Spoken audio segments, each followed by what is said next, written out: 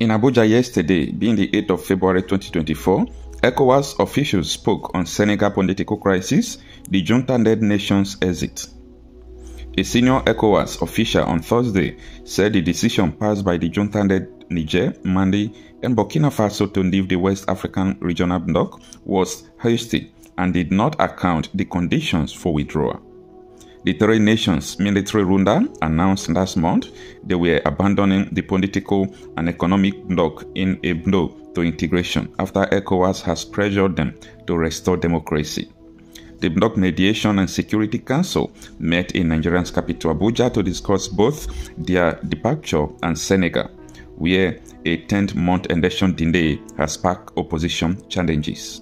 ECOWAS Commission President Omar said during opening remarks that the hasty decision of withdrawal of membership of ECOWAS did not take into account the condition for withdrawal, and he therefore said that there will be repercussion for their withdrawal.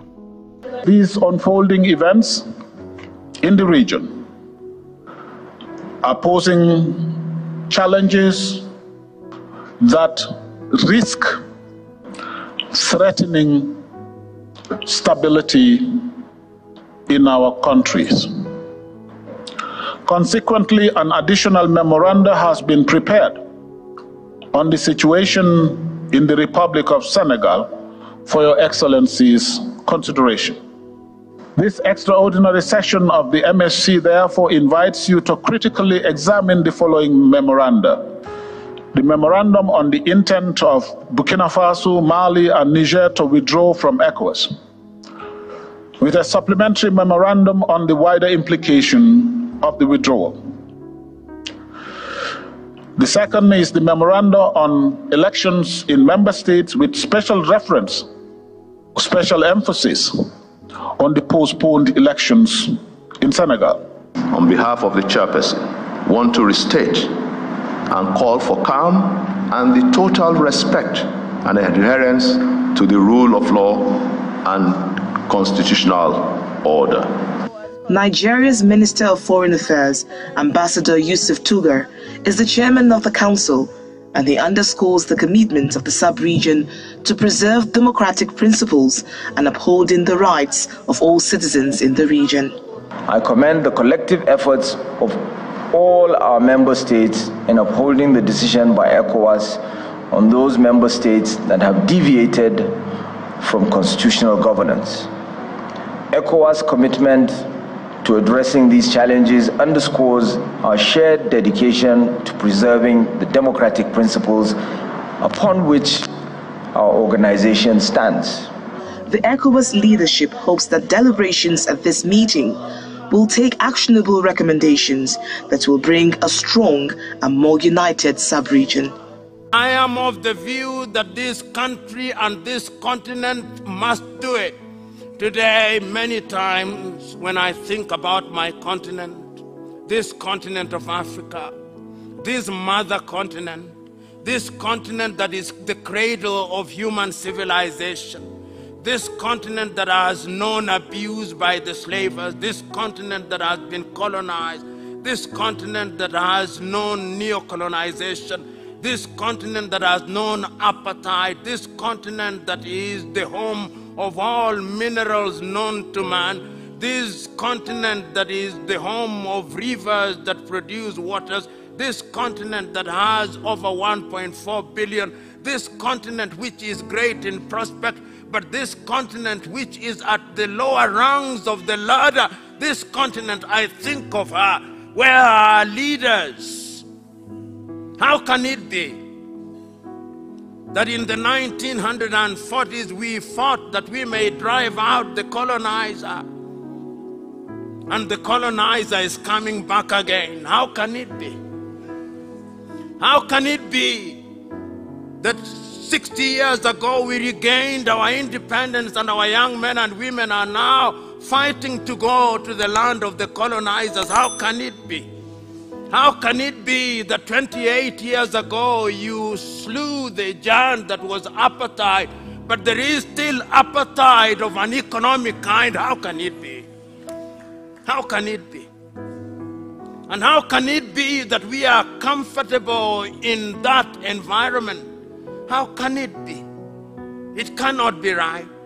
How can we claim that we are devoted citizens when those realities confront us on a daily basis? How can it be? I hear cries across the continent of Africa. I hear cries from Dakar in Senegal. They are asking, how can it be that we cannot feed ourselves? They are asking in Dakar. They are asking in the Gambia, how can it be? The same question is asked in Sierra Leone, in Burkina Faso, in Mali, in Benin, in the Democratic Republic of Congo, in Sudan, in South Sudan, in Somalia, in Mozambique, in Botswana, in Lesotho, in Eswatini, in South Africa. They are asking, how can it be? How can it be that every other civilization comes to our continent and takes away that which they desire and leave us in deprivation? They are asking. They are asking, how can the world order be of such a nature that the French can come here and do what they will and go away without consequence? They are asking, how can the British come here and do what they will and leave without consequence? They are asking, how is it that the Americans can come here and do what they will and leave without consequence? They are asking, how can the Turks come here? How can the Arabs come here, do what they will and leave without consequence? And they are asking, why? How can the Chinese come here and they do what they will and leave without consequence? And they are asking, how is it that the world order is arranged that when we of the African continent appear in world bodies, whether it's the WHO, we have no vaccines when we are sick. When we appear at the United Nations, we can vote all we want, but a single European country can veto all our votes and neutralize us, giving meaning to the unfortunate situation that we are indeed lesser human beings. How can it be that when they meet as G7 and decide for us, we are not there unless we are invited for a photo opportunity?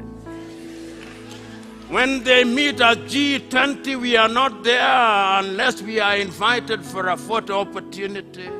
How can it be? How can it be? Where are our leaders, we ask? How can it be? Where are our leaders in all these? What are they doing about it? What are we doing about it? What must we do about it?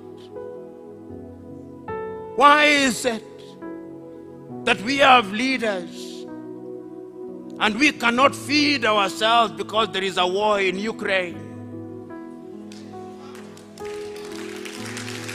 How can it be? How can it be that when we have COVID, the claim to fame of our political leaders is that they become multimillionaires and we don't have vaccines? How can it be? How can it be that we have hostels and all equipment is imported from other civilizations? How can it be?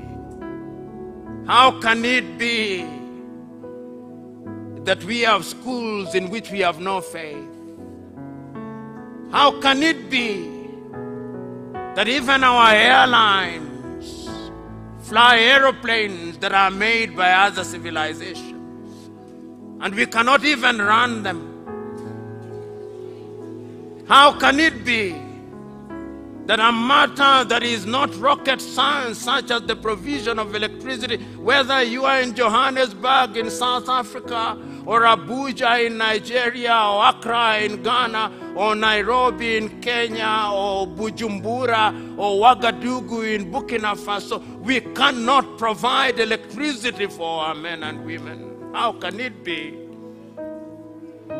How can it be that we have all the 33 currencies in the world, with the rand, with the metal, with the shilling, with the naira, with the cedi, with all dollars, and those currencies mean nothing. The only currency that we accept as hard currency is the American dollar. How can it be?